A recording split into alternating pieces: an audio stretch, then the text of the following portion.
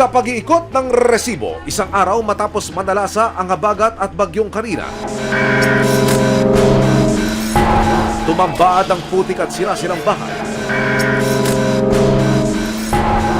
Tulad na lang sa Barangay Tatalon, Quezon City.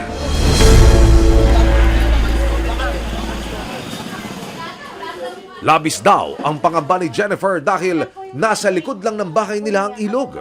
Galing po sa baba, umakyat po kami rito sa second floor kasi tumataas na po yung tubig. Hanggang dito po yung inabot ng tubig dito sa second floor namin. Ngayon kailangan po kasi namin lumikas kasi kapantay na rin namin yung ilog dito sa Maydike. Sa takot na tangayin sila ng patuloy na tumataas na tubig sa ilog, hindi na siya nagdalawang isip na butasin ang kanilang dingding at maglagay ng kahoy na nagsilbing tulay papunta sa kalapit nilang bahay. Kinailangan niya itong gawin para sa kanyang mga anak at 73 taong gulang na nanay. Si nanay, dito na namin siya idinaan para lang ma-rescue namin siya kasi walang dumarating na rescue sa amin.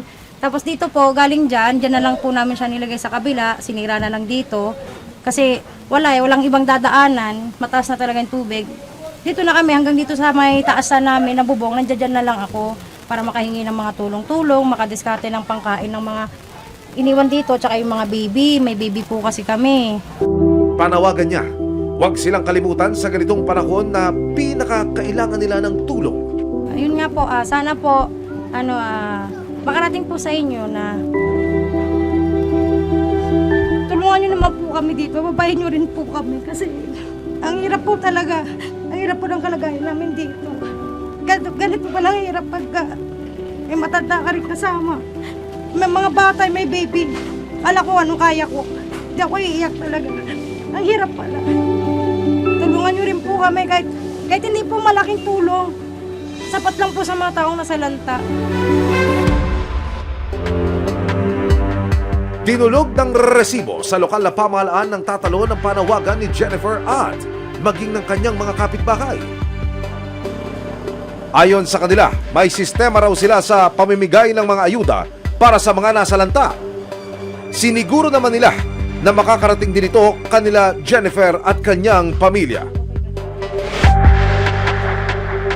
Mga nasalanta ng bagyong Karina inikutan ng resibo. Sa Cainta, Rizal, labis ang pag-aalala ni Nanay Melesia para sa kanyang asawa na stroke patient.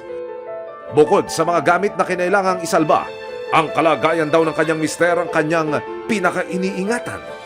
Siyempre, yung gamot, yung ano niya, hindi mo basta mabuhat-buhat, mabigat. Eh, siyempre, may edad na rin ako.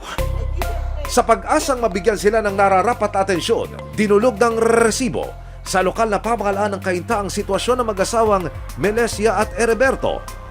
Nang matanggap ang impormasyon, nagtungo ang ilang kawani ng City Social Welfare and Development Office at health officers ng Cainta sa bahay ni Nanay Melesia.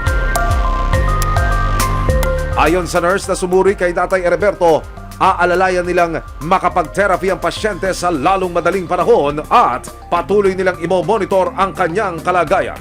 Okay naman po siya, yung blood sounds naman niya okay, yung BP niya naman okay. Plan of action na gagawin namin is we'll coordinate po sa aming barangay disaster risk po dito sa BDRMC sa Karangalan to prioritize yung transportation ni tatay going from sa bahay nila papunta dun sa rehabilitation center. Sa gitna ng bawat pagsuong sa mga baka, paglikas at pagbabayanihan, ang tulong mula sa iba't ibang antas ng pamahalaan ang magsisiguro sa kaligtasan at pagbangon ng lahat. Kaya hindi man bago sa ating mga Pilipino ang mga sakunang dulot ng bagyo, nananatili ang panawagan na paigtingin ang pagresponde sa mga nasalanta.